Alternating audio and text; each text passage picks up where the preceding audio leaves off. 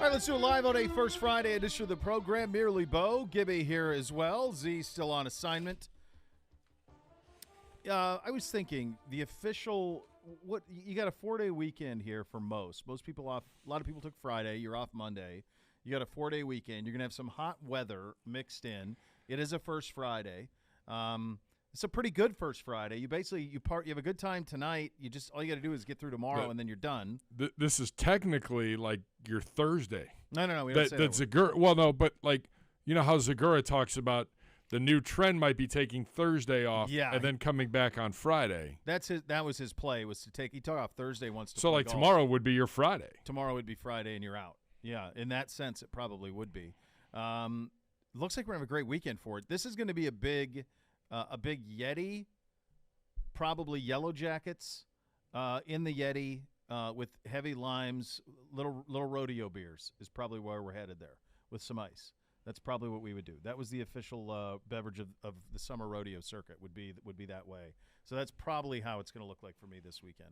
Going to get super hot, and then I think it's going to cool off a little bit. What are we looking at? When do we got? I think you might have a little rain on Friday.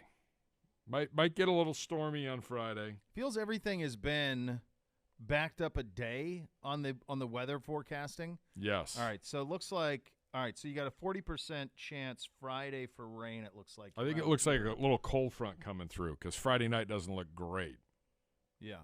So it looks like Friday day is strong. Boy, tomorrow's unreal. 90 and perfect. And then the weekend actually, by the time you get to Sunday, Monday, you're cruising. Yeah. Low 80s, low to mid 80s, and no real rain chances. No, Look like the rain will be Saturday. That's pretty good. So, the ice-cold beer is going to work for you. That's going to be a win. Some sort of an American lager, Pilsner, whatever. There's nothing wrong with that. No. A lot of them probably. Yeah. How many obligations are you already up to? You know. I'm right there with you. I think I'm up to 2 or 3 now already. Yeah, we probably reached apex parenting in the negative sense earlier this week. My 10-year-old, who doesn't really say no to anything, was like, "Wait, what am I doing? I'm doing what today?" And he was like at dinner, and he had a sleepover on Sunday. He was up until 1:30 or something, he said, and so he was telling me like on Tuesday morning, like he had lacrosse camp, and then. I think that my wife and some of her friends were trying out like an individual lacrosse thing, like one of the high school kids. So it's kind of everybody wins on that situation. And then he had that, and then like some hoops, and he was like, "Why did you sign me up for all this?" You might have a point. I took that as a way of saying, if you don't stay up till 1:30, then you'd be fine. You know? Hey, look, I played baseball in the morning, basketball in the afternoon. Right. And then whatever other things I needed to do. Swimming. I think the big thing you combat as a parent now, and you know this with the 2 girls, what you combat is if they're not doing this stuff, they will gravitate to the screens. They gravitate to the screens. Now, they don't have phones yet, but they have buddies who do. And those kids are on them. They can't take their eyes off of them. And then the other thing you're dealing with is, the gaming stuff. So even if it's wonderful outside, you have all the options in the world, the pull to those screens is real. So if they're not in those things, then what are they doing? Correct. That's the tricky part. And you've managed it quite well. You've managed to hold off the screens for the most part. I have. I kept them off of like the Fortnite until the oldest one is able to play this year. The 2 littles aren't. He was able to play this year, but I was very limited in terms of when he could play. Not that's tell my sister, my brother-in-law. You have to. You have to. Otherwise, there's no end to it. And like a lot of it, I'm starting to see it, especially at this age. A lot of his buddies are getting like phones, and I'm like, what do you need one for? Well, they have one. Okay, but what do you need it for? What are you going to be doing on it? Nonsense. It's all just nonsense. You're not doing anything. You don't need it. Your mom takes you everywhere you go. What do you need it for? You're not doing anything. You're 10. Then I'd go, well, back in my day, I didn't get one until college. The old Zach Morris, freshman year. Yeah. Even then, I don't even feel like it might have been like junior or senior year. Like freshman year, I was still using the phone in the dorm. Yeah, for sure. And those were also, you couldn't text on those. They didn't have screens, so you couldn't text, and then obviously there was no smart aspect of it, so you weren't looking up nonsense all day long. So anyway, there's my get off the lawn speech of the day, and I suppose we've had enough fun. Let's we're all looking for conclusion, but this is part of the gig here is to keep you updated on where we stand with this stuff. So and I would just say this. I think there are certain people who are really plugged into this process. We had Dan Graziano on Monday. He's plugged into the process. Charles Robinson of Yahoo is absolutely plugged in, and he'll be on with us in about 9 minutes. Yep. You want to know where all of this is and where it's going and kind of the outline of it. Charles is going to know. There's a couple others out there that are really plugged in. I think Josine is really plugged in. I think if you're like the NFL perspective on some of this, the Wall Street Journal appears to be pretty plugged in on how the NFL feels about this because they're pushing that side of the agenda. In terms of, and I don't know how many times you were asked this yesterday. I probably got a dozen texts yesterday. What are you hearing on the length of this thing? Nothing. And guess what else? Nobody else is either. Nobody knows anything. This is a closed-door, airtight process now that they're in this meeting with Sue L. Robinson. There is nothing that's going to come out. I was getting texts yesterday from people going, how crazy is it over there? It must be absolutely crazy. I'm like, I can count the number of people in this building on one hand. Well, not two really of them that are crazy. You and I. Yeah, it's quickly dwindling. It started a lot today, and even like as the day has gone on, by 3 o'clock, this place is a ghost town when we get off the air. I'm like, there's nothing going on. There's nothing to do. From this franchise's standpoint, it's waiting like everyone else. Yeah, there isn't anything. So anybody who's pretending like they're knowing what someone is thinking on this, it's impossible. And by the way, there isn't anybody who knows Sue L. Robinson and what she's thinking. Correct. So this is an independent independent process here that is separate from the NFL or separate from the NFLPA, although hired by both, mutually agreed upon. So nobody has a clue what this could look like. We do know that reportedly that a second round of the hearings continue today. These are in Delaware, right? Because I believe that's where her home is. So that's correct. In Delaware where these are taking place. A source has told our buddy Dan Graziano that the hearing may continue even past Wednesday. He said that with us. Like this could go through the week. We kind of laid out that timetable for you in terms of, this week. Jeremy Fowler reporting yesterday that usually these are 1 or 2 days, but this one could stretch further than that. In terms of a process for ruling or penalty, think of it as, I think, kind of 2 windows. Officially, you could get something by the end of this week. If that doesn't happen, then I would assume it would be the beginning of the next week because the week after next week, the holiday week, everybody's out. So that's the NFL. The business of the NFL is closed there. So that's kind of lays the groundwork for where it is. Ian Rappaport dialed in on this as well, of the NFL Network. He had this to say regarding the timing of what's next. Here's where it goes. Barring some sort of settlement, which would be unforeseen and a big surprise at this point, the hearing will conclude. Then there'll be briefs filed by both sides over the course of the next several days. So if this goes to completion, expect it to take at least a couple weeks for Deshaun Watson, all of the NFL, to hear how long he will be suspended. Okay, well, that's what we said. Yeah. So a couple weeks would be not next week, but the week after. That would be 2 weeks. So that gets you, kind of into that area of what it could be. I thought that there was a chance, and it still could be, that this could be quick, that this could be something that's decided by Friday. But if it's not, then I think it takes the next week to kind of marinate, and then you get an answer maybe at the end of the following week. I'm taking the approach that it's like it's a Supreme Court type deal. Like she's going to meet with the parties and go back and review everything and go through things. And if she has follow-up questions, probably following up on that, and then makes a ruling. And I don't see that being done by Friday at 5 o'clock. I don't either. No. So that could play out further, and we'll see. And so we're all kind of just waiting on that. And because this is a new process, because this is an individual that we haven't dealt with before, nobody really knows what to expect. Nobody knows what she's thinking, except for whoever maybe she talks to in her personal life. That would be the limit of the people who know what she's thinking with any of this. We said this yesterday on the show, bears repeating. Every side of this, no matter where you're getting your reporting or where you're getting the information, understand that there is motive behind what is being written and what is being said to push agendas. All the pieces matter, a constant lesson from The Wire. So that's kind of where we stand at this point. For a better understanding, though, we're going to be joined next by Charles Robinson. We will get to that. We'll do a little higher or lower on the program as well today. AFC North behind enemy lines. How did the offseason go? We shift to Baltimore today. Clifton Brown, get a little bit of sense out of how everyone feels about Lamar Jackson over there. That is coming up at 2:30.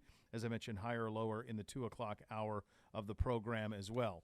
Big one coming up next. Charles Robinson of Yahoo gets some perspective on where we stand with all of this coming up next. We're off and running on a first Friday. Cleveland Browns Daily, 850 ESPN Cleveland.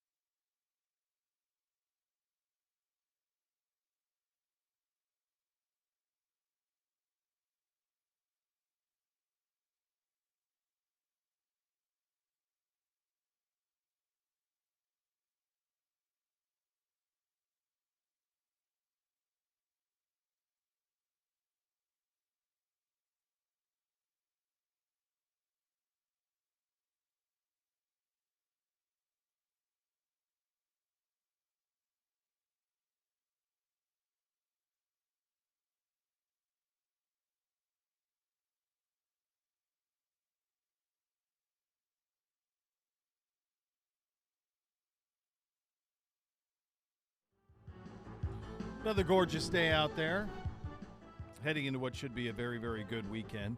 As we mentioned, there are a couple of people who are really plugged in on the process of this, and I think that's the best we can do in these circumstances is such an unprecedented circumstance as this is, and that it is the first one of these we've had with an independent arbiter, with Sue L. Robinson being the case, former federal judge appointed by George H.W. Bush in 1991 and then served out that federal appointment in 2017.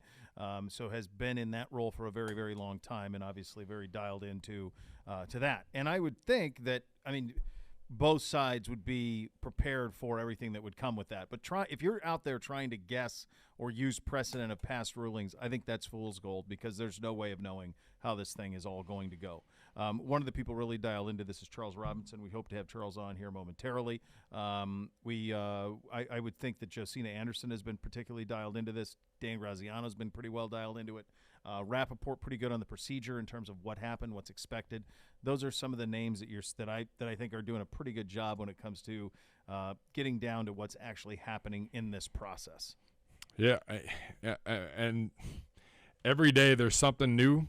You got to, I spend 30 minutes to an hour every day going through what might make sense, what might not make sense, what's clickbait, what's trying to. Well, I think the other thing is there's the whole notion. There's so many parts to this. There's, what does the NFL want? What is Watson and his camp open to accepting? If we go back to negotiating, which was taking place up until last week, what were they open to accepting, if anything? What does the NFLPA think is reasonable? All of which balanced and juxtaposed against a process that's never happened in this way. So that's what's leading to so much wild speculation. That's what's leading to so much guessing on this thing. So there's two parts of it. There's that part of it. What does she think of all of this, Sue L. Robinson? What does she think of it? How she's going to adjudicate it? And then the other part of it is trying to guess what the penalty could be because, again, you have no precedent. Yeah. And meanwhile, the NFL world is waiting. And here's the interesting thing. Once this happens, whatever it's going to be, this is all that's going on in the NFL right now. That's it. You start going through stuff, and I feel like the NFL really has come to a screeching halt here, and everybody's waiting. And I believe we do have Charles Robinson. All right, Charles is here. So, and as I mentioned, this you want to talk about plugged in. This is one. Charles Robinson, fantastic job, senior NFL reporter and investigative reporter at Yahoo Sports. Charles, thanks for taking the time with us today. Incredible reporting and kind of laying out the facts of what to expect this week. We're a day into what is now going on 2 days of hearings in Delaware with Sue L. Robinson. In terms of, from your perspective, as you've kind of learned what you have on this process, what makes it so much different other than the fact that Robinson is in it? And obviously that's a tremendous difference than what we're used to. But in terms of the process of it, the way that this is being handled, how is this different and unique in that regard? Well, I think the fact that you're looking at a situation where this is because it's new, they collectively bargained this disciplinary officer being set in place to resolve the past beefs between the union and the league. This argument that the union always had that, hey, this whole thing's rigged. Roger, essentially, he's the ultimate decision maker, and any arbitrator who comes into play is always tainted by the fact that they're paid by the league, yada, yada, yada. So now you got this supposedly independent arbitrator in place, and it's put the league in a somewhat precarious place. And I think that's kind of why we've seen the leaks we have, is because the league is sitting there and they're looking at the optics of the situation, and they're saying we got to get it out there what we want, or at least let people know during the negotiations that went down prior to going to Sue Robinson, we wanted a year, and it was going to be a finite period of time. Deshaun Watson serves the year, he comes back. No way was Watson having that. His camp wasn't having that. The union wasn't having that. I think part of that was because the contract would have told, and that essentially knocks $46 million off of his contract by starting it 1 year later than it should have been started. But I also think the NFL knew there's a chance Sue Robinson looks at this and she comes back with a much lighter penalty than we're going to be comfortable with from an optics standpoint. Say Sue Robinson comes back with 10 games, 8 games, 6 games, whatever it might be. Do we want to appeal that? If we appeal that, what we're essentially saying is we just agreed to this new collectively bargained process, and now we're already saying that this former judge who sat on a federal bench for over 20 years is in some way incompetent, that we don't think she made the right decision. We're going to appeal it, and we're essentially going to dictate what the ultimate suspension is. If they were to do that, and the union definitely recognizes this, if they did that in this case, they're basically blowing up the new arbitration process that they set up in the first big case. And it makes the league look like, hey, nothing's really changed. we could just appeal whatever we want and ultimately set the suspension. So I think the league would be inclined to not want to appeal it.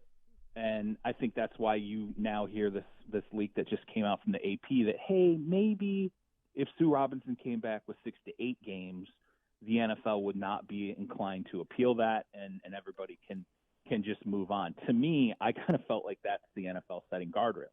We love a season. We love 1 year. If that doesn't happen, we really need it to fall in this 6 to 8 game range, which, by the way, I can tell you this, the union's lawyers, and in their talks with Watson, it's been conveyed pretty clearly to him that, hey, if this comes in under 10 games, you should just accept it and move on and let's get this over with. All right, lots there to take in. Let's start with the leaks over the weekend in the Wall Street Journal and the year to indefinite. I viewed that, Charles, as soon as I read it, I viewed it as kind of exactly what you laid out. Like, this is what we want. This is the big – look, we tried. This is what we wanted to do here. We want to get this out here, that this is what was expected. When you go back to, as you understand the negotiations between Watson, the NFLPA, and the NFL – was there any – could they not get even remotely close when it came to the negotiations on suspension? And why did that break down the way that it did, and how did we get to where we are now? Because it feels like that could have solved a lot of this. Yeah, it was never close. It was never. Okay. The thing was, there are a couple of reasons why it wasn't close. Because first off, you had – the way that the union was approaching this, they're sitting there. They bring in Jeffrey Kessler, okay, outside hired gun who, as an attorney, has had combat with the NFL for a really long time, usually over labor, but at times over discipline as well. And the union stance was, we're here to preserve Deshaun Watson's money. Like, that's our job right now. We have to protect his ability to earn the contract that he signed. That's what Kessler's there for. So how do we mount a defense? Well, first and foremost, the union gets together with Kessler, start talking about this. And they're like, well, look at the owners. There are different investigations that happen with these owners. There are times where no discipline was rendered. Robert Kraft, for example. And Robert Kraft, the whole, massage parlor thing happens. And, the NFL indicates, hey, if this is a violation of our personal conduct policy, it's going to be applicable here. That essentially goes away. Now, there's reasons for that. That's a long, complicated thing. Robert Kraft, essentially knocked out his own charges against him. There were some unconstitutional things that happened in the police thing, all that stuff. I don't want to get into all that, but there were some reasons why the NFL, I think, never felt it wanted to move forward with that. But then you have Jerry Jones, you have Daniel Snyder, that investigation. So basically the union saying, let's go after him and try to protect Deshaun Watson by saying, hey, look at how you handle owners. You're going to suspend this guy for a year when look your own owners don't really suffer any kind of suspension that's similar to that. In what I think the union would try to argue in particular with like a Dan Snyder was maybe even a more egregious situation. People can debate that all they want. But I think that's how the union was approaching it. As for the NFL, I think there's two approaches here that mattered. Number one, Calvin Ridley was suspended for a calendar year for a gambling, essentially, taking part in a parlay. Okay, and I think the league sat there and said, okay, that year suspension, it's not unprecedented. We've suspended coaches and players in the past for the year. Go back to Bountygate. But this is something where it's involving a revenue stream that we're chasing. It's very serious. We're going to handle it seriously, so he gets a 1-year suspension. I think they thought from an optics standpoint, if we now come back with Deshaun Watson and we recommend 6 games or 8 games, people are going to compare the two and say, wait a minute, why does this guy get a 1 calendar year suspension? It's because it involves gambling. But Deshaun Watson, with at least at that time 24 pending civil cases, why people are going to play is this apples to apples, apples to oranges game and say why is one worse than the other, and then they're going to look at the money and they're going to say Calvin Ridley messed with the revenue stream. Deshaun Watson has not necessarily messed with a revenue stream, and that's where the league is falling on this. So I think a lot of that had to do with optics. And then I think the second part of it, why the NFL was so adamant about it being a year, was because they knew that's how they could inflict a financial penalty. They knew if we give them a year, the contract tolls.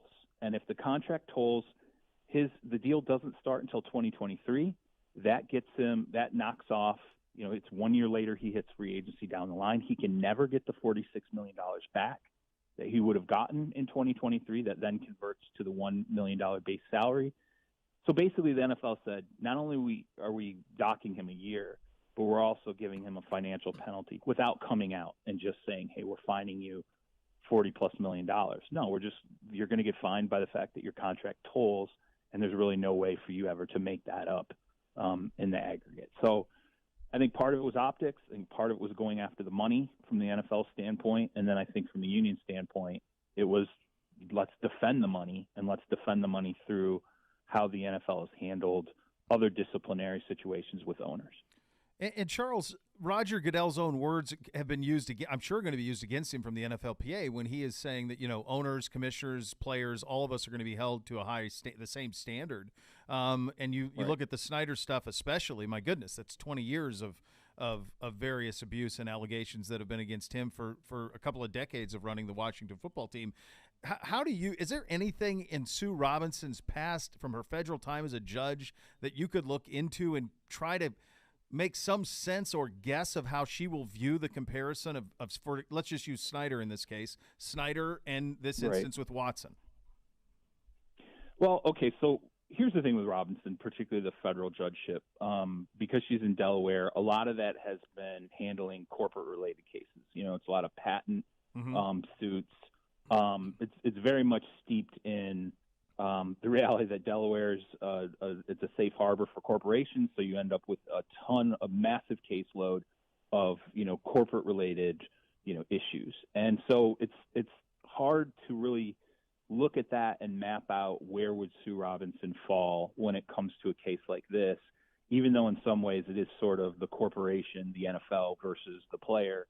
But Sue Robinson also that's not the only part of her legal background that matters. She was an assistant district attorney, which it's a situation where you're sitting in a chair where you prosecute crimes. She does have that in her background. I don't know. It's difficult to pin down, how she's really going to navigate this, because it's just hard to find something in her past that's really truly applicable. And I would hesitate to say, hey, in her past as a federal judge, she's probably leaned a little more into protecting corporations. So is she going to protect the NFL and its, essentially its corporate rules, that being the personal conduct policy versus the, individual rights of a player?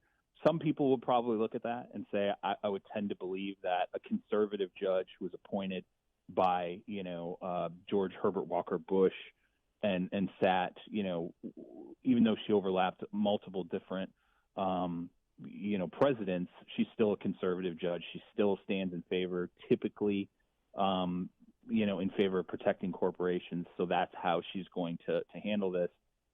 I wouldn't read too much into that. This is unprecedented. We don't know where she's going to come down on this. So that's why this first case is such a big indicator, not only for the NFL, but also the union, how the process is going to work and how Sue Robinson's going to work. Mutually agreed upon, Robinson, right? Both NFLPA and NFL. How did they settle on? And paid, compensated by both. How did they settle on her? How did she pass the mustard for both sides?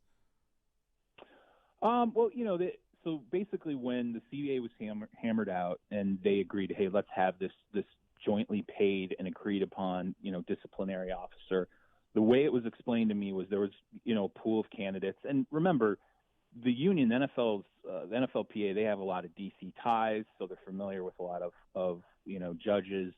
And, I don't know what it was in particular that caused them to select her. But, she was someone, when I've spoken to the union about her going back a couple of months ago, when it became clear that this was something that was going to advance to her, they had, high praise for her. They basically said, look, we think she's someone who can do the job. She's got really good, solid credentials.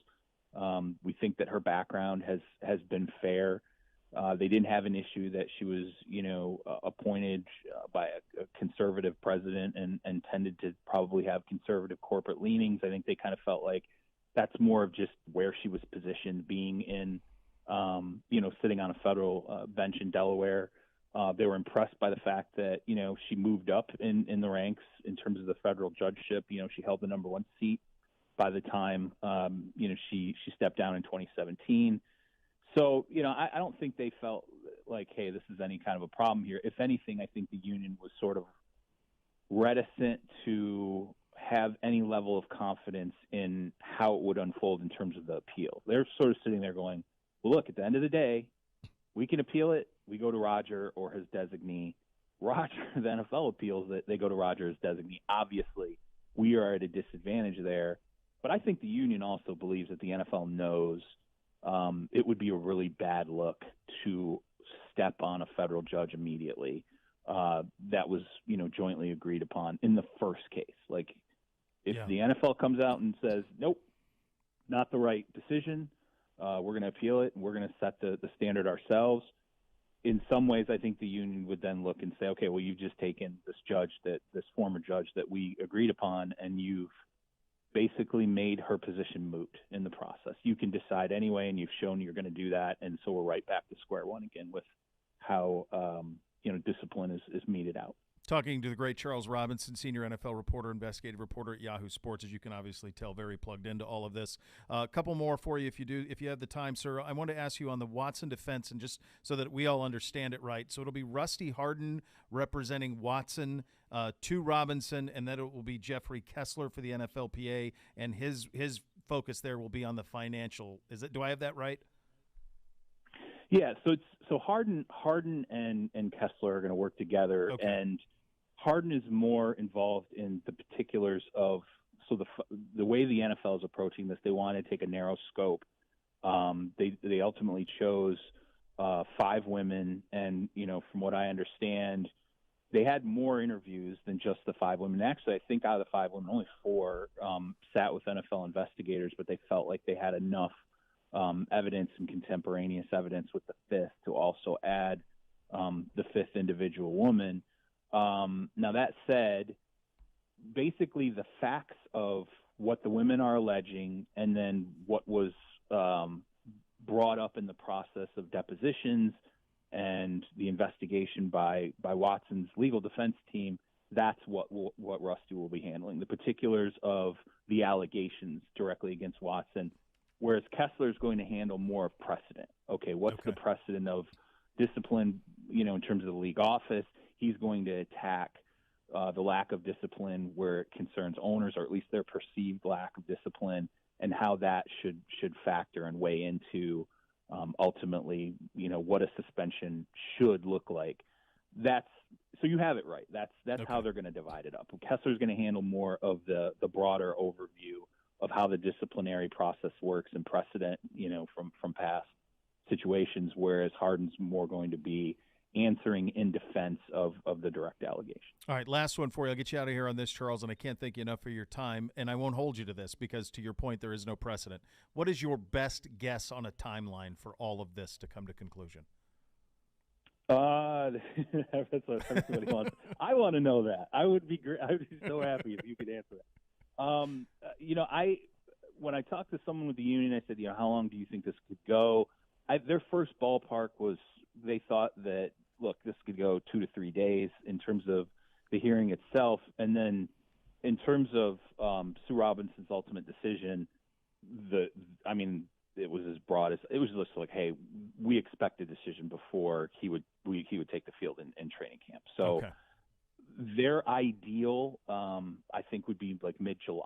Let's get this hammered out, hopefully, within a week of the reporting date for the Browns. But again, they don't know. It's ultimately going to be how, Sue Robinson wants to weigh this out and the time she wants to take to sort through not only the exhibits that are presented to her, but she also has to sort through all the different arguments. And there's the potential where she could follow up and ask a few questions. If she feels like something doesn't get addressed directly in the hearing, she can still reach out to the camps jointly and say, hey, I got a couple other questions for you to answer. But I think they thought, at least initially, the proceedings themselves in Delaware would take about 3 days. Now we'll see. We're in day 2. Yeah.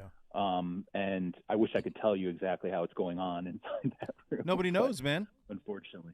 Yeah, it's I give them credit, other than the fact that the NFL, keeps seeming to leak, this idea of what a suspension should look like, the actual details of, what Robinson's asking and how the leaning feels, has been pretty quiet. I will say this, though. It's interesting that following day 1, for the AP to come out and say, via source, that the NFL, would not be inclined to appeal if it's 6 to 8 games, that's an interesting reality. And it makes me wonder if maybe in day 1, the NFL, based on maybe questions Sue Robinson had or how the first day of proceedings went, the NFL's sitting there saying, hey, we better set the ground floor for this. Like, we've set what we want it to be with the calendar year. Maybe we need to get the ground floor out there to send a message to Sue Robinson that if you come in at 6 to 8, we're not going to appeal it. If you come in below 6 to 8, all bets are off. Charles, I can't thank you enough for your time and making us smarter today. Thank you for everything you do. Appreciate your time today, my friend. Absolutely. Thanks for having me. All right, he's the best. That's Charles Robinson on where we stand with all of this, and I was literally taking notes with all of it. So there's a lot of good stuff there in terms of the process and what to expect and reading tea leaves and the pieces, and we'll kind of react to some of the stuff that Charles said there. We'll do that after this quick timeout. You're listening to Cleveland Browns Daily on 850 ESPN Cleveland.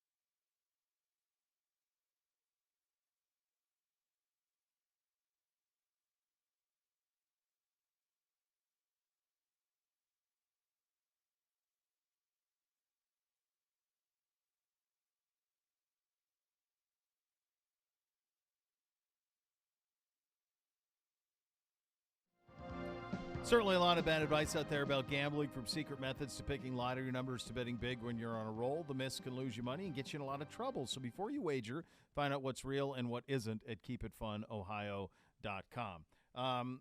Look, what the last question I asked to Charles in the interview is, because I'm sure you get this all the time. I get it all the time. When are we going to know? What are we going to know? What's it going to be? When are we going to know it? This is the guy who is as plugged in as anybody on the process of all of this. And I think what you got in that interview was a pretty direct picture, very clear picture of the process. And while the process is crystal clear, the result is entirely foggy. And so almost anyone that is projecting when, how, what this is going to look like doesn't have the first damn clue. The thing he said at the end was pretty interesting, though, the AP story, because that's the Associated Press. You're not messing around there. And the AP story getting out there that the NFL would not appeal a 6-8 gamer, that coming off of a weekend full in the Wall Street Journal where it was a season at least and then indefinitely. So that kind of tells you. I like how he phrased that. At one point, I think he phrased it in the interview as the NFL putting up guardrails for what is acceptable on those things. I do think, just me speaking, it almost feels to me like it has to be one or the other, just based on all of the really smart people who are plugged in on this. It almost feels like it's either a full year or it's 6-8, because if it's 12, that almost feels like a full year, even though it's not. You might as well be. You're going to come back and play 5 games at that point. What's the point of that?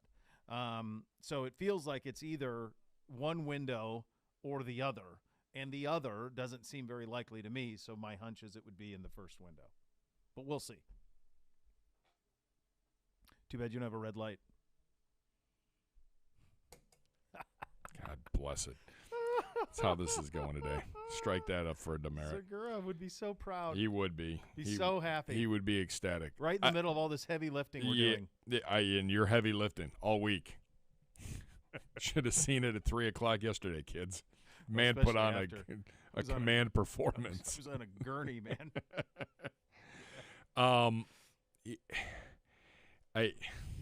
It definitely is one of those situations where if it's more than 8 games, you're right. More than 8 games.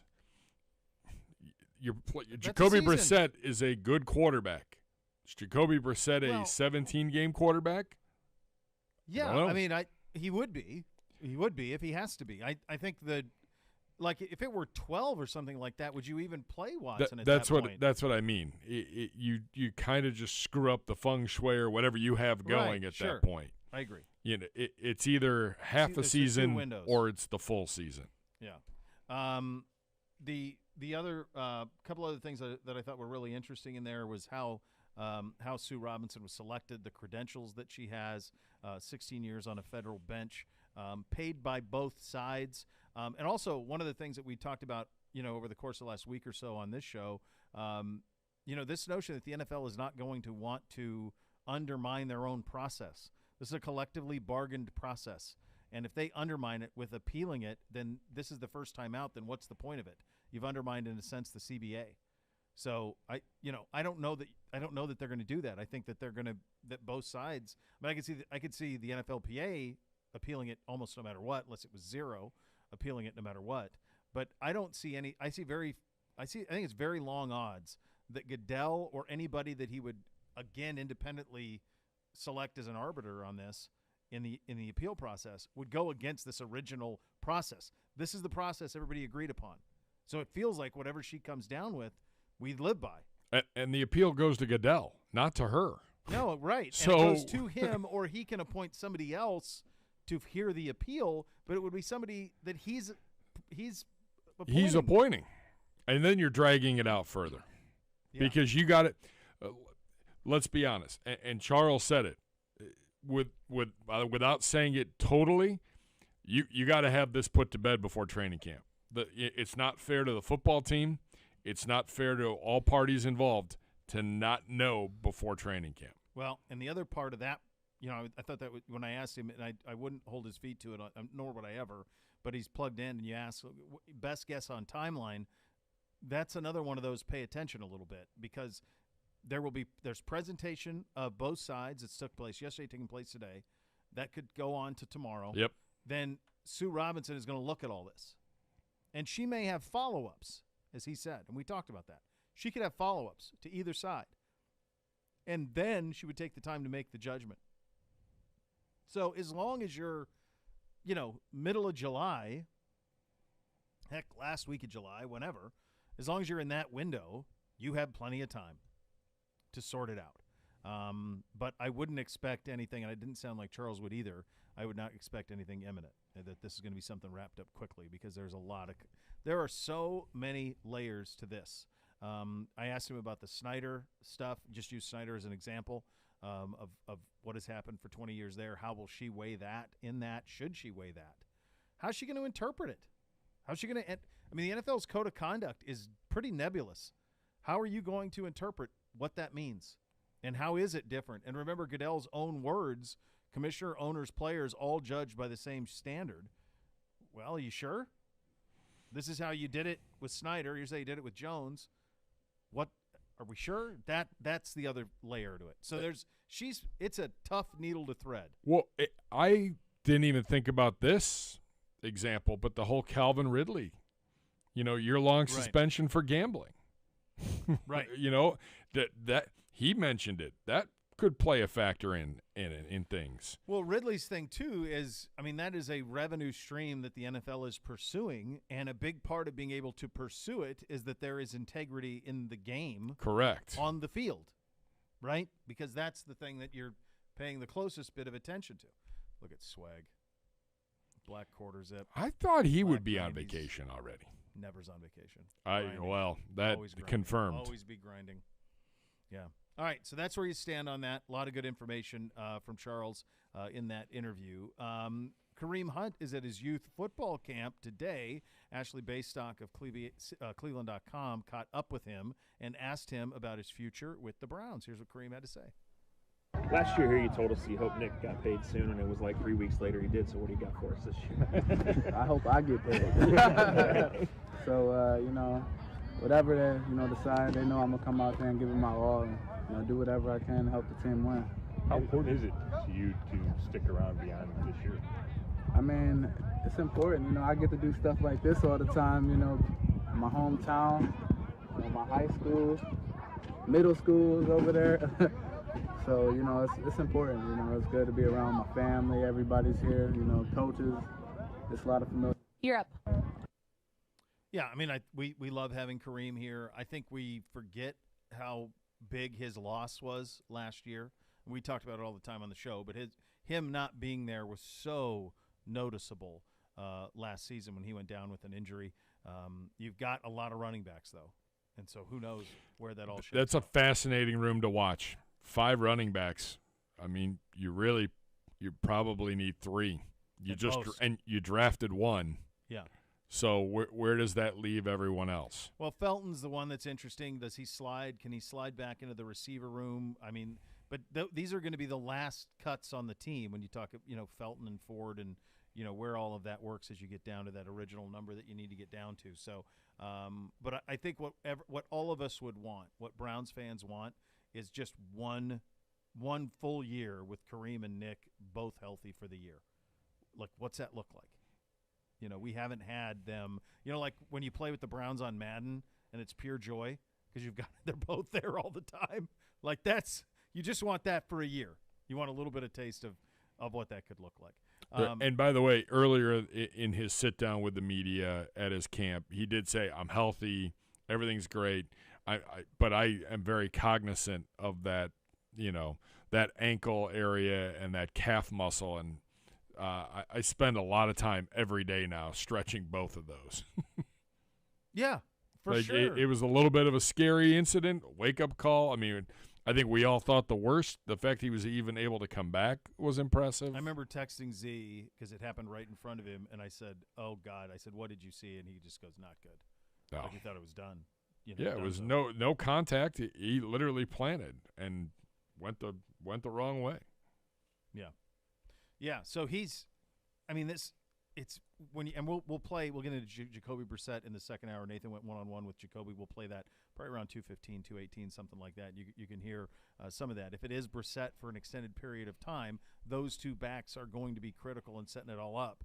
I think the other thing to pay attention to, and we'll do higher or lower here in a second in terms of best rosters in the NFL from PFF on ESPN.com.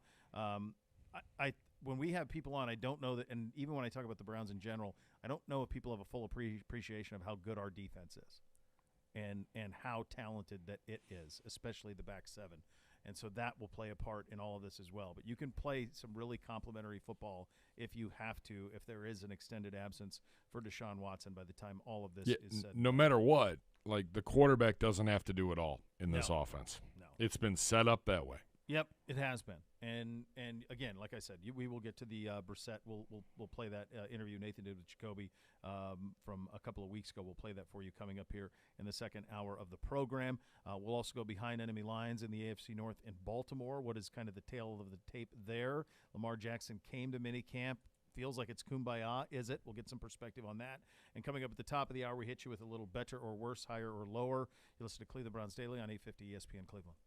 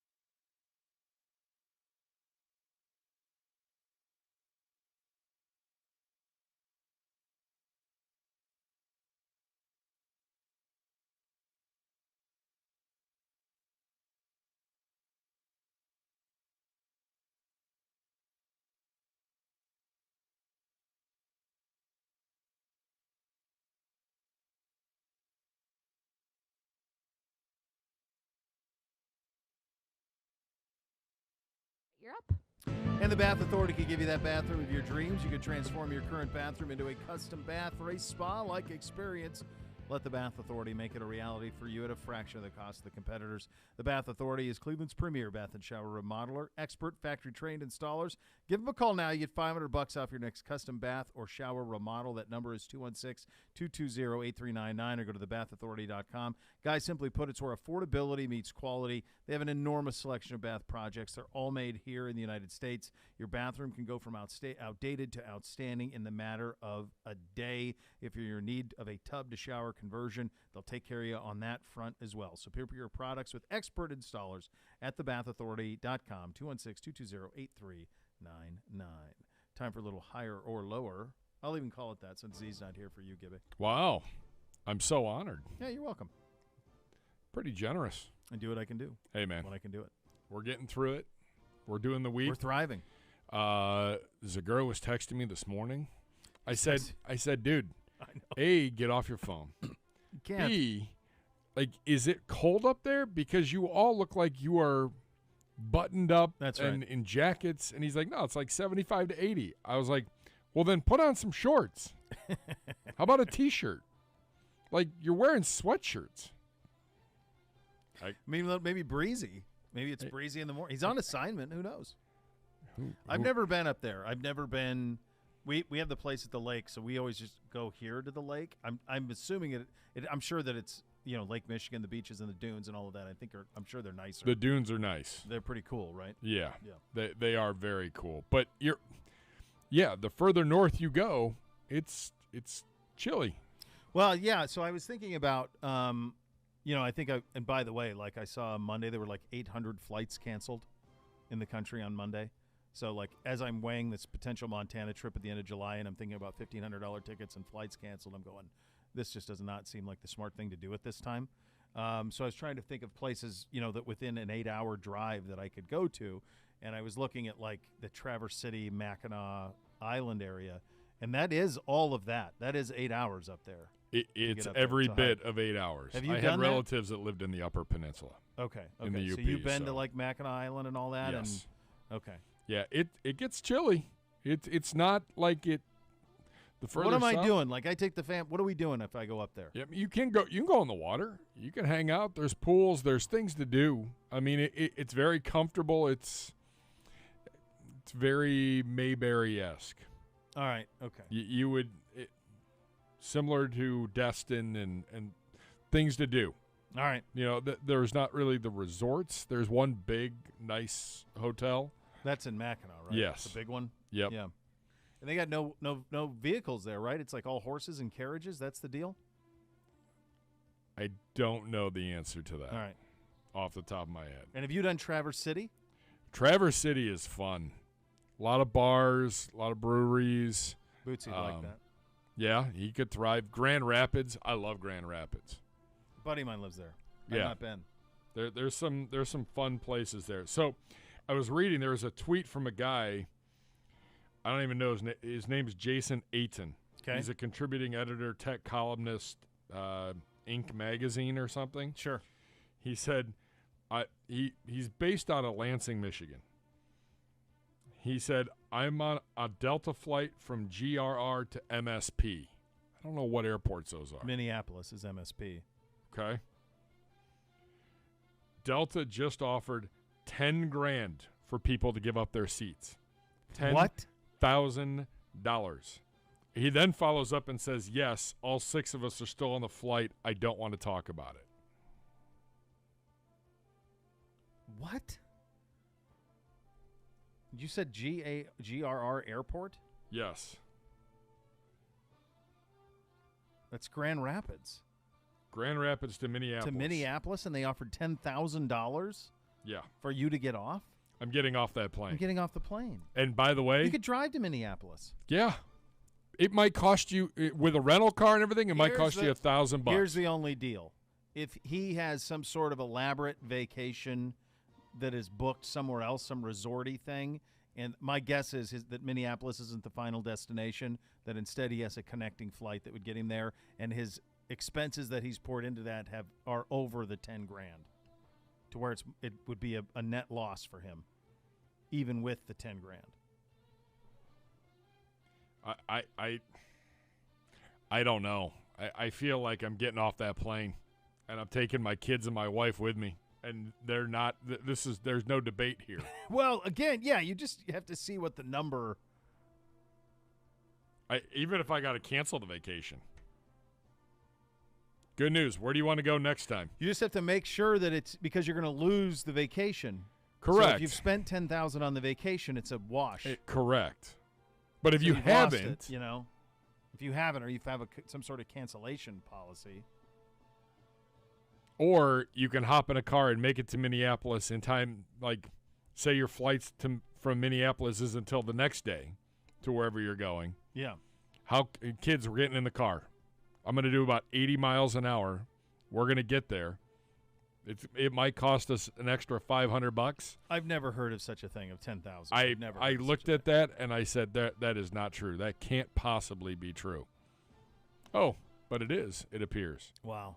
The other issue that I have is I do have a hard time. Like, I don't know if it's like the Woody Hayes thing. Like, I have a hard time like spending much money in Michigan. I'm not crazy about that. So we'll see. Really? See what I can do. Yeah. That part never bothered me. Hayes says go to Gatlinburg. Well, I don't know what's in Gatlinburg. People like going there and up in the mountains. What am I we're doing? hiking and I'm not a hiker. I'm not that kind of explorer. All right, let's see where I don't want to hike like Pigeon Forge. It looks pretty. Yeah, it looks beautiful. I have no interest in like going on walks or hikes.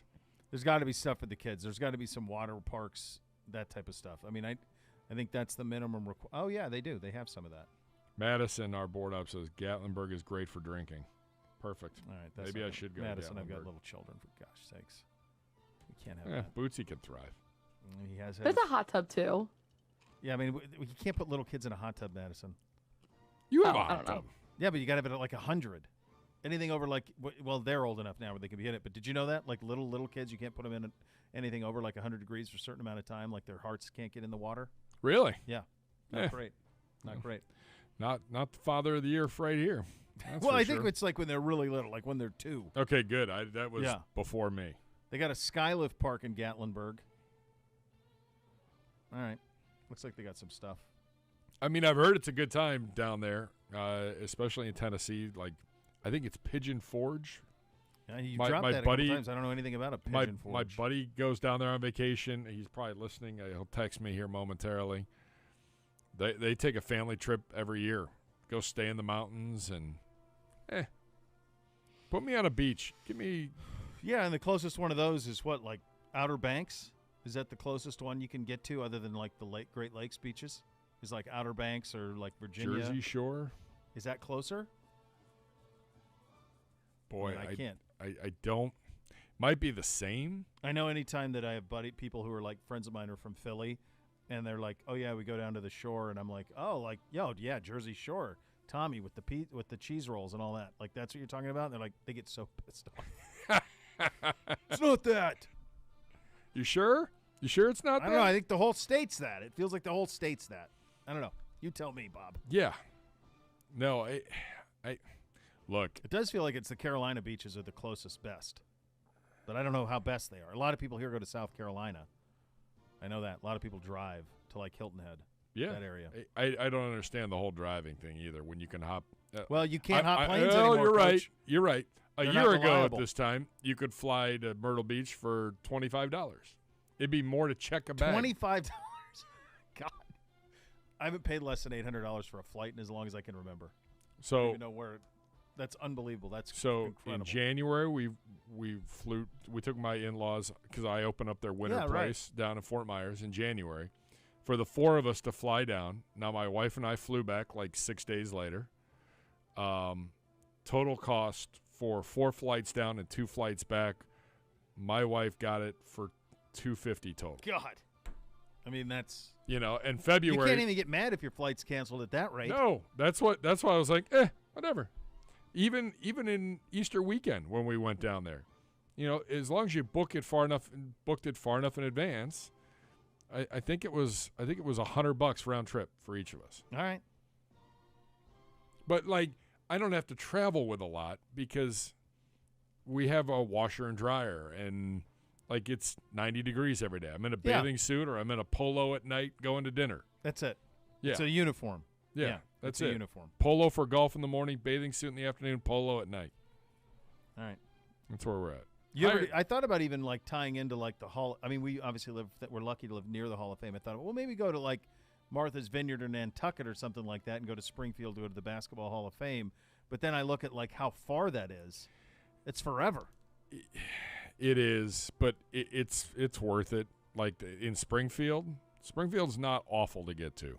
And it's really pretty in that area. There's some seedy areas once you get into Springfield that are a little different, but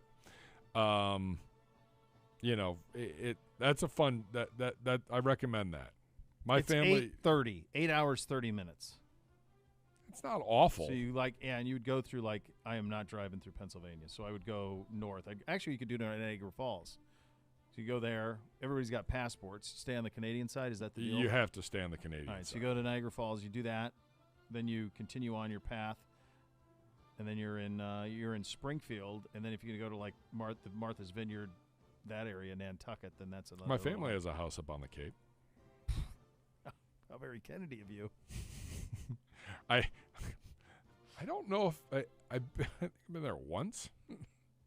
I had a buddy of mine. His dad was, I want to say he was Freddie and Fannie Mae, Freddie Mac, whatever that, and they had a place in the Hamptons, and his bachelor party, we went to a Yankees game, and then we took cars out to the Hamptons. Okay. For 2 days, ate at the Palm, all of this, the quintessential Hamptons experience, and the house was nice, and I remember, like, talking to my wife. She's like, "Oh my God, the Hamptons was amazing," and I'm like, honestly, it was a lot like the east side of Cleveland. Like, it was just a lot of woods. It's a lot of woods. It's really the proximity to Manhattan that makes it special. Like, the beaches aren't great. Like, it's just the concentration of wealth. Like, in terms of, like, it's not like going to the beaches in Florida or something like that. It's the Atlantic Ocean. It's cold. You're that far north. You're that far north. Yeah.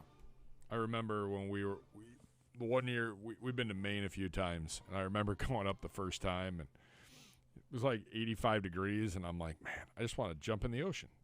Ran into the ocean, and I was like, hell no. I ran right back out. I went to the heated pool. I don't need any more of that. Ridiculously cold. Yeah, you can't. It's cold. It's cold, man. It's Jaws. It's not great. No, it's lobster time, man. You're not doing it. Indeed. All right, higher or lower presented by the Ohio Lottery. And more so just going through this. ESPN.com NFL roster rankings for all 32 teams for 2022. Strengths, weaknesses, X factors for every starting lineup. This is a pretty comprehensive deal. But all right. Do you have the music going, Madison? She does. Play me a little music. We're good. All right. Traveling music is up. Beautiful. I can't hear it on my side. It's the wiring. Yeah. It's the board I wired. It's safe. Number one, the Buffalo Bills. With the number one roster. I feel like you could be there based on all that they've acquired. And I think they got Vaughn this offseason. I think when we were, doing our own power rankings of this, they were an appropriate one. I think if you wanted to keep it, if you wanted to go Chiefs, if you wanted to go Rams, there's a handful of teams, Bengals, frankly, deserve everything. We had Jeff Hobson on yesterday, and we were talking about everything that they did. They addressed everything. Secondary addressed, offensive line addressed, and they were in the Super Bowl last year. So, but I don't have a problem with Buffalo. I think it feels like they're the pick. Yeah. Madison, hit it. Higher or lower? Tampa Bay was number 2. I don't know about this. Yeah, I don't either. I would not have them number 2 on this list. Obviously there's a lot to like. Obviously Brady back. It's enormous. At some point, it has to stop for him. At some point, he's 45. Like, at some point, he can't be great still. I guess it'll happen whenever it happens. Maybe this is the year. They have a really nice roster, but I would not have them number 2 on this list. Well, lower. And I guess part of my concern is they've got Godwin on here. Is Godwin going to be ready at the start of the year? Yeah, I was noticing. And it's important to remember that the way that they do this is by their ratings of players. So this isn't subjective in that sense. It's subjective in the sense is that they've set the parameters, but it's not subjective in that they're just plugging in the numbers for the value of players, and then that's it. Yeah. Pro Football Focus grades of 90-plus categories is elite, 80 to 89 are high, good, high quality, 70, 79 check-in is average, 69 or lower are considered below average. Yeah. We looked at – I think that's high for the Bucs. I mean, yeah. The problem is like – so they have the Chargers third. This is the problem. Still a lot of love for them. There is. Here's the deal with the Chargers. It doesn't take into effect. Here's the only issue. Here's the issue with the PFF stuff. It doesn't take into effect intangibles. Coaching. Yeah. It doesn't. All of that's thrown to the wayside. It's a numerical look at what a player's value is. And by that, I can understand how the Chargers are third on a list. It makes sense. I mean, they are pretty damn loaded. I mean, they added Khalil Mack to Joey Bosa. That's formidable. They're really good on the offensive side of the ball with Herbert. They got two great receivers. They're pretty loaded up. It's interesting to me. The other big splash they made in free agency was going to get J.C. Jackson. Remember the corner from New England? They were like, oh, my God, he's the best corner, blah, blah. He grades out 78.9. According to this, he's average, which, again, lends credibility toward average players get paid great in free agency. Below average players get paid average to above average. Yeah. But, the Chargers, I put the Chargers ahead of Tampa Bay in terms of roster, a complete roster. But, again, there's a lot to unpack there. I would add both those teams lower. And, again, this is a subjective – it's their process that leads to this. But it doesn't take in intangibles. It doesn't take in coaching. It doesn't take in, the incredible sway that a seasoned quarterback can have. So I think the Chargers are just a little bit too high on this. Next. Kind of got to see it. Higher or lower? All right, the Rams were 4. The Packers were number 5 on this. And from a roster standpoint, with all the wide receivers you've lost, simply that alone. I mean, their starting receivers in terms of proven NFL are Alan Lazard and Randall Cobb. Now, they drafted Christian Watson, who we all loved at North Dakota State, and he had a great rating at North Dakota State. But, again, he's a rookie. So you have no idea. They've got a decent offensive line. They've got a superior quarterback. They got a really good ground game. But they have sunk a ton of resources into their defense.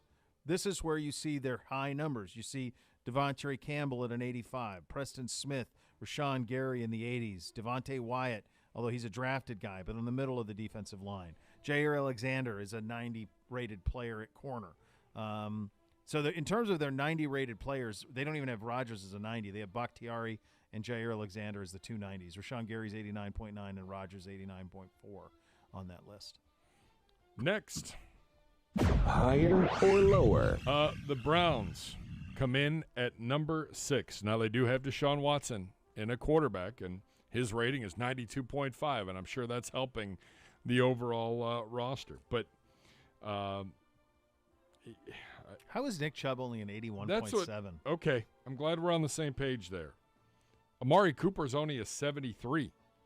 I think Amari Cooper's a little bit better than average. Well, I know that they're not crazy on Cooper. I remember that in years past. Nick Chubb at an 81.7 is pretty strange for me. The idea that he would be rated below both. Isn't he rated below both of the Packers guys? Yeah, he's below both of them. So I don't buy that. They love our offensive line, obviously. Batonio, 93.6. Teller, 84.9. Conklin, 78.8. Jed, 66. Jed needs a bounce back in a big way. On the defensive side, Miles is a 92. Yeah, just think about that. Batonio is 93.6 in their ratings. Miles is 92. And Deshaun is 92.5. Good grief. JOK at a 76.9. Denzel there as well. We're really good. If you have the roster that you are intended to have, in full, healthy and in full, everybody eligible, you go win the Super Bowl. I don't get some of these low numbers, I guess. Newsom, 68. John Johnson, a 68. I don't know.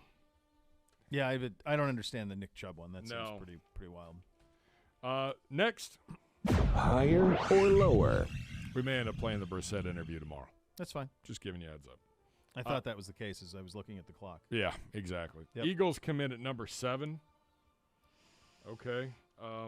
Well, here's your biggest problem. This speaks exactly to what I'm talking about. You're not taking in intangibles. You're not taking into account the importance of the quarterback position. You're weighing the quarterback position just like you weigh everything else, and you can't do that here. There's no scenario where this is the 7th best team in football. None. There's just none. Now, they got some really good players on this team. Lane Johnson, really good. A.J. Brown, really, really good. Dallas Goedert, really, really good. Defensively, Nakobe Dean out of Georgia. He's going to be really good. He's very, very good. Jordan Davis out of Georgia. He's going to be very, very good. So they drafted 2 big guys. Darius Slay's back at corner. They've got a lot of talent, but you have to factor in the quarterback and the importance of the position. You have to. Yeah. They had the Bengals at number 8. Now, from a too roster low. standpoint, if you're looking if you want to compare rosters, I mean, the Bengals are better than the Packers. The only question that the Bengals have is at corner. That's really it. And Awuzie was good. Cam Taylor-Britt is the draft pick. Mike Hilton was pretty good. That's it. Everything else, they're good. They're good in the middle of the interior. They're good at edge with Hendrickson and Hubbard. They're good at safety with Bates and Bell. They drafted Dax Hill. They got much better on the offensive line with Karras, Kappa, and Collins, all on the right side. That completely sorts out the right side of the offensive line. The left side are guys they drafted high. Jackson Carman, who was a tackle, an Ohio kid who went to Clemson. Jonah Williams was a first-round pick out of Alabama. So that part they've all spent on. They are elite at quarterback, running back, and receiver. Elite. You can put that up against anybody. Burrow, Mixon, Chase, Higgins, Boyd. Put that up against anybody. They had Bates with a 67 rating. Yeah, where did we have? Didn't they do that with our guys though too? Yeah, they had our guys a little low. Yeah, they had Johnny at JJ 68.7. Yeah, it's a little low. You're loving the landscape, I can tell. I love it. So convenient. The Chiefs were number 9. They gave Mahomes an 80. Well, by his standard, he didn't have a great year last year. You remember halfway through the year, he was really pressing. He would not take the easy stuff. He kept trying to throw everything 45 yards downfield. I have a feeling he bounces back in a big, big way. They have a brand-new receiving core. Valdez-Scantling is there from Green Bay. Juju's there from Pittsburgh. They drafted Sky Moore, who's honestly probably as good a fit as there is. They have Travis Kelce in 85. He certainly plays better than that. They've got some real questions on the defensive side of the ball. Boy, though. do they. I mean, that's not – Chris Jones is elite, but other than that, it's draft picks. They've lost a lot of guys on that side of the ball. Yeah. Just rounding out the AFC. They got Miami 10. Yeah. That's awful high. They had the Ravens number 12. So we'll talk about the Ravens all those next. guys back. Yeah, if they get them back, they're better than this. Yeah, I would agree with that. Where did they have the Pukers? They got Denver 14. I don't know about that either. Indy 15. Those teams seem better than that to me. Cowboys, the Commanders 17. Come on. Yeah, I'm not buying that. I mean, they were right on the bottom stuff. Houston was the worst. Atlanta and Chicago rounding out the roster. Yeah, I think the biggest thing they do here is they don't factor in just like the importance of the quarterback position. Steelers are 22. Yeah, that seems about right. Yeah. Doesn't that seem right? I would think so. Yeah. They got a lot of questions. They certainly have a lot of questions. I don't think the Ravens have many. I mean, it's just healthy Lamar. If they're healthy and he's what he's been, I think there's a pretty good chance that they're pretty special going into it. Clifton Brown will join us coming up next. Speaking of the Ravens, recap their offseason, their mini camp. What did it all look like? That's coming up next. You're listening to Cleveland Browns Daily on 850 ESPN Cleveland.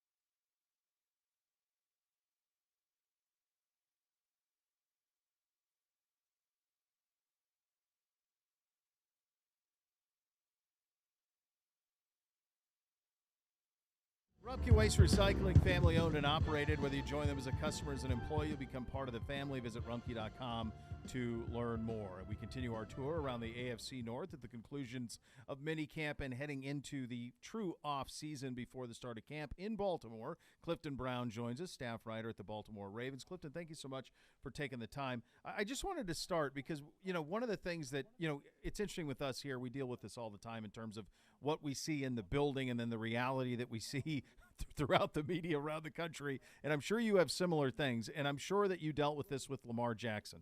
What is in terms of the building, in terms of Lamar, the way all of this offseason is played out? It feels like constantly in the news, but I don't know that it's justified. Where do you kind of sit on the way that this has been kind of portrayed over the course of this offseason? Well, I mean, the way it's been portrayed is that it's like a daily drama almost right. with Lamar. And is he going to be back? Is he going to sign the contract? I think the reality is that Lamar wants to be with the Ravens the rest of his career. The Ravens want him as their franchise quarterback. And now it's just a question of signing a deal, how big it's going to be, and when's it going to get done. So, sure, until he signs a new deal, it's going to remain a topic in the news. But I don't think it's a distraction for him. I don't think there's a scenario where he's not the Ravens quarterback long term. So it's just a question of, to me, when he signs the contract, how much money it's for. And then once that happens, I think, he'll move on as a franchise guy for years to come.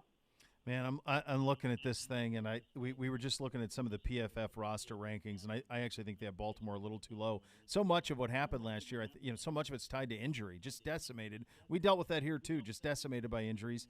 You guys were as well over there. In terms of the health of the roster at large, and then we'll get into some of the individual guys who could burst this year. What does that look like? What did that look like in minicamp? Yeah, well, I mean, the Ravens had a ton of injuries, so. For the positives, Marlon Humphrey's already back. He participated in everything this offseason. He's a guy who didn't finish the season, so he looks good to go now. They're encouraged by Ronnie Stanley's progress, the upper left tackle. They're hoping he'll be ready week 1. J.K. Dobbins, Gus Edwards, the top 2 running backs, didn't participate in mandatory mini camps, but they're still hopeful they'll be ready week 1, but we'll just have to wait and see. Along with their starting corner, Pro Bowler Marcus Peters, Tyus Bowser, their leading sacker from last year, towards Achilles. So I have to see if they'll be ready week 1. David Ajabo, the second-round pick, he's probably not going to be ready week 1, but they hope to get him back sometime this season. So the Ravens still have a lot of key guys who, may or may not be ready for the start of camp, but who are making progress and who they hope will be ready week 1. That's really what they're focusing on, trying to get as many of these guys back week 1 as possible. And optimistic that they will be in all of the cases that you mentioned? Yeah, I think so. But, again, they're not guaranteeing anything. If guys aren't ready week 1, then, I don't think they're going to, take a risk and force them into action. And these are serious injuries. You're talking about season-ending injuries, knee injuries with Marcus Peters, J.K. Dobbins, Gus Edwards, Tyus Bowser, ruptured Achilles. These are injuries that take a long time to come back from. So, each case is different. But, yeah, I don't think there's been any setbacks for anybody. And I think all those guys that I just mentioned will be playing a majority of next season. It's just a question of, with each guy, will they be ready from the opening bell, or will they start the season maybe not playing and then work their way back in at some point? Clifton, I got to tell you, from our perspective as doing Cleveland Browns Daily in Berea, I hate the Ravens draft, but if I were a Ravens fan, I would love their draft, and that typically is the way that this thing goes.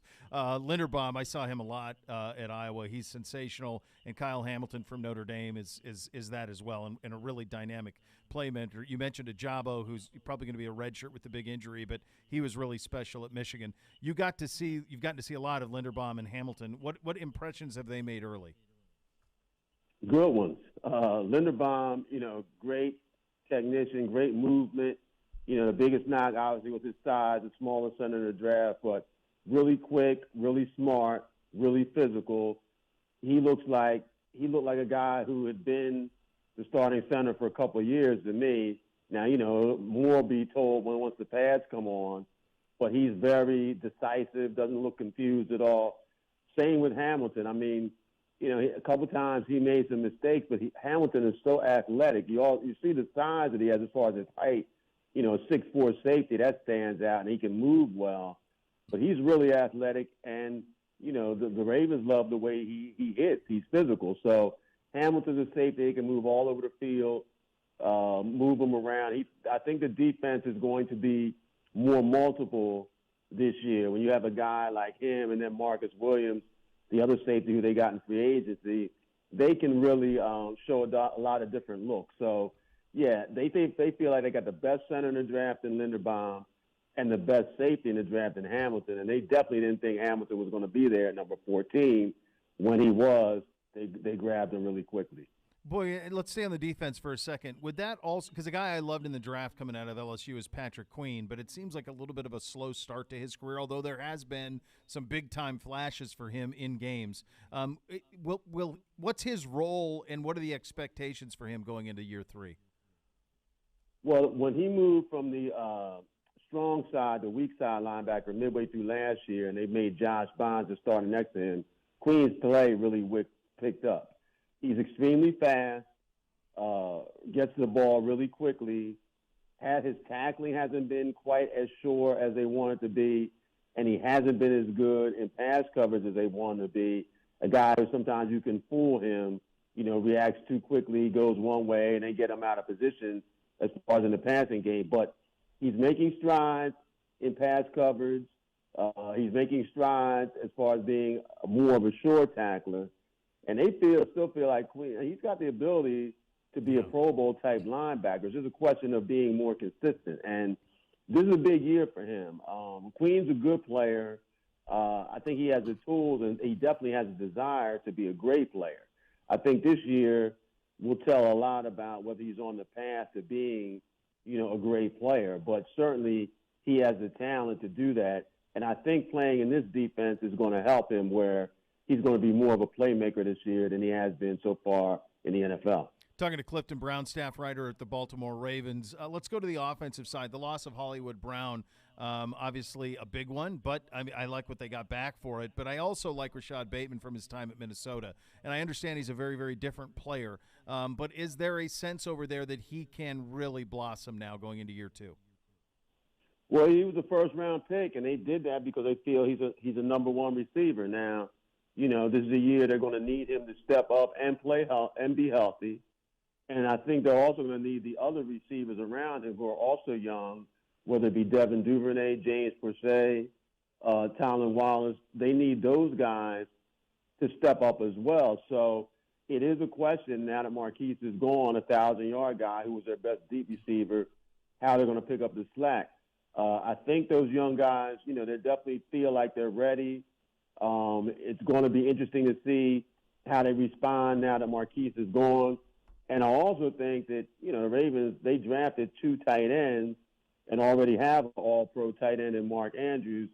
I think the tight end position is going to be a big part of their offense. So, even it doesn't really matter who catches the football as long as the Ravens' passing offense is productive. And I think that some of those balls that Marquise used to be targeted for are going to go to the other wide receivers, but I think some of those balls are also going to go to tight ends. I think you're going to see a lot of multiple tight end sets from the Ravens, and that's actually an easier throw for Lamar. He's got great chemistry with Andrews.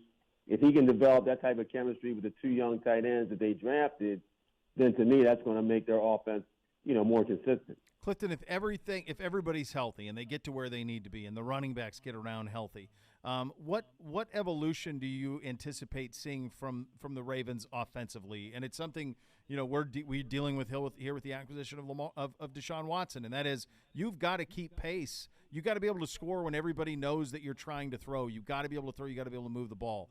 What are the Ravens going to do to make sure that they can answer that bell with Kansas City and Buffalo and the Chargers and those type of teams that score the way that those teams score? Well, you definitely got to be able to score. I agree with that, but I think you can also help yourself by keeping those offensives off the field. Yeah. And, the Ravens went 14-2 in 2019 and then made the playoffs again in 2020, they were the best running team in the NFL. And I think last year they had so many struggles on their offensive line with Stanley only playing one game that they couldn't get back to that. But I think by drafting Linderbaum, Stanley coming back, signing Morgan Moses, who's probably going to be the starting right tackle for agency, the Ravens, I think, are going to get back to what they were in 19 and 20, where they ran the football really well. You've got Lamar, who's the dual threat. And then when you start trying to cheat too much towards the line of scrimmage and pay too much attention to their running game, they can hurt you with the passing game as well, and also can control the football and keep some of those high-powered offenses off the field. So they're going to play a different style than the Chiefs, than the Bills.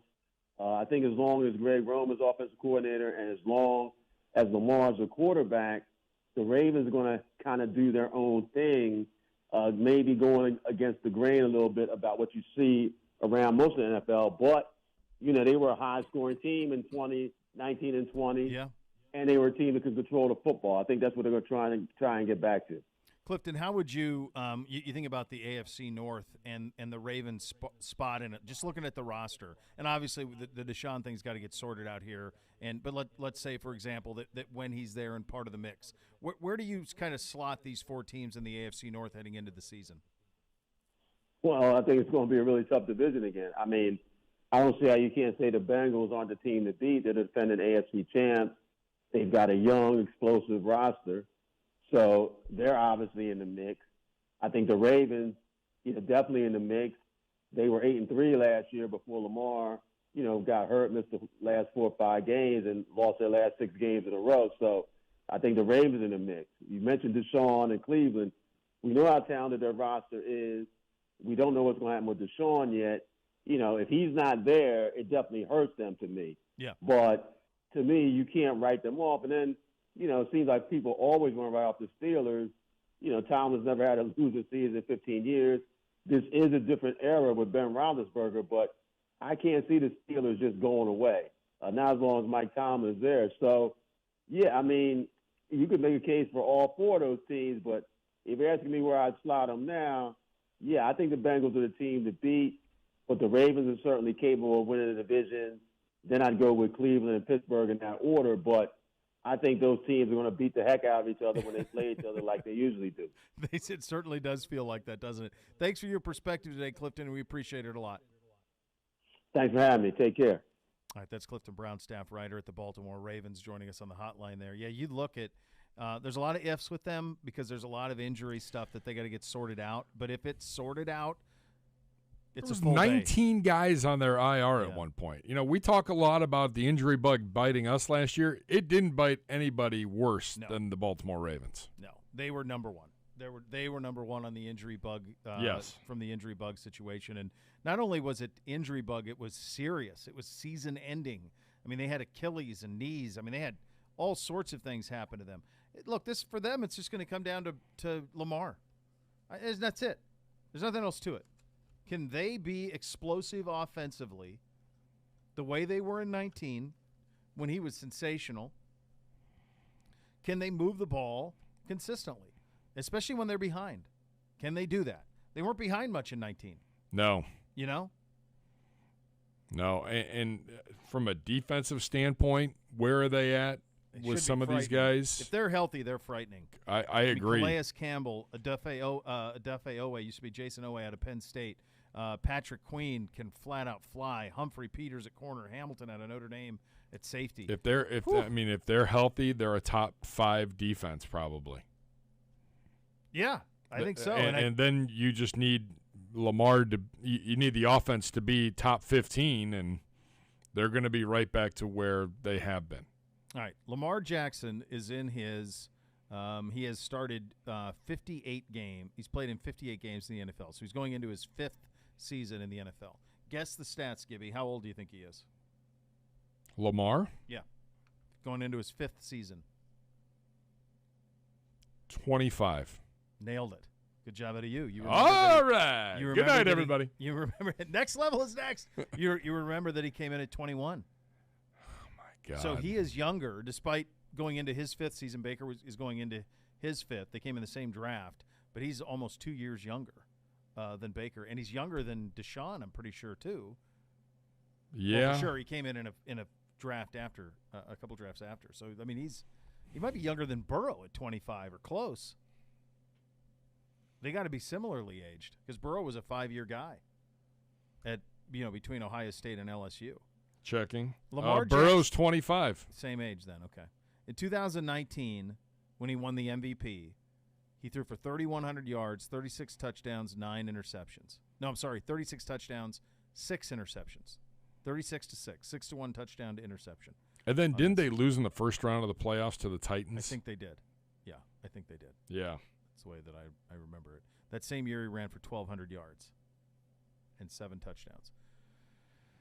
So, I mean, he averaged 80 yards a game on the ground in 2019.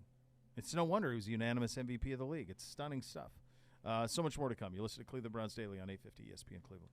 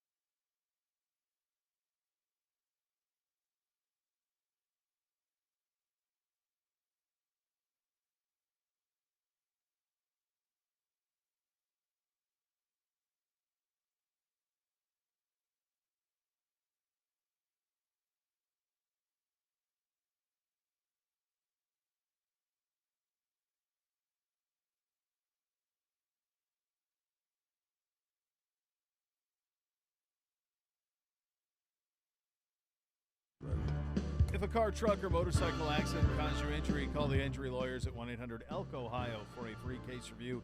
Elk & Elk's a proud partner of your Cleveland Browns. So we'll check in with the Steelers tomorrow, see how the quarterbacks looked. Yeah, we'll hear from the Steelers tomorrow. John Greco will join. Anthony Poisel. We'll get to that Jacoby Brissett interview. Probably an Ask CBD. Little mailbag. Little mailbag for the and kids. Then off for and away we go. Vacation. Well, much deserved. Much deserved. I do recommend if you're just joining, the Charles Robinson interview that we did in the first hour. Well done by you. Heavy lifting. Well, thanks. But if you want to kind of know like the facts of where all of this sits, the process of all of this, it'll answer a lot of the questions. And again, like I said, anybody acting like they know what's going on in that thing is lying. Nobody knows anything. 1 minute. Nothing. There's nothing that is coming out of it. It is airtight. If Robinson says it's airtight, it's airtight. We've been saying it, him saying it. That's enough corroboration in terms of how this thing could go. It's anyone's guess. New precedent across the board on all of that stuff. So that was very good, and a good job by you, Gibby, getting him on. That was informative, to say the least. We can tell you also tomorrow, Porcel, and then John Greco will join us. So you have that to look forward to, which is nice on a Thursday edition. Enjoy your first Friday, kids. Act accordingly if you can. The next level is coming up next. Thanks for listening. Cleveland Browns Daily, 850 ESPN Cleveland.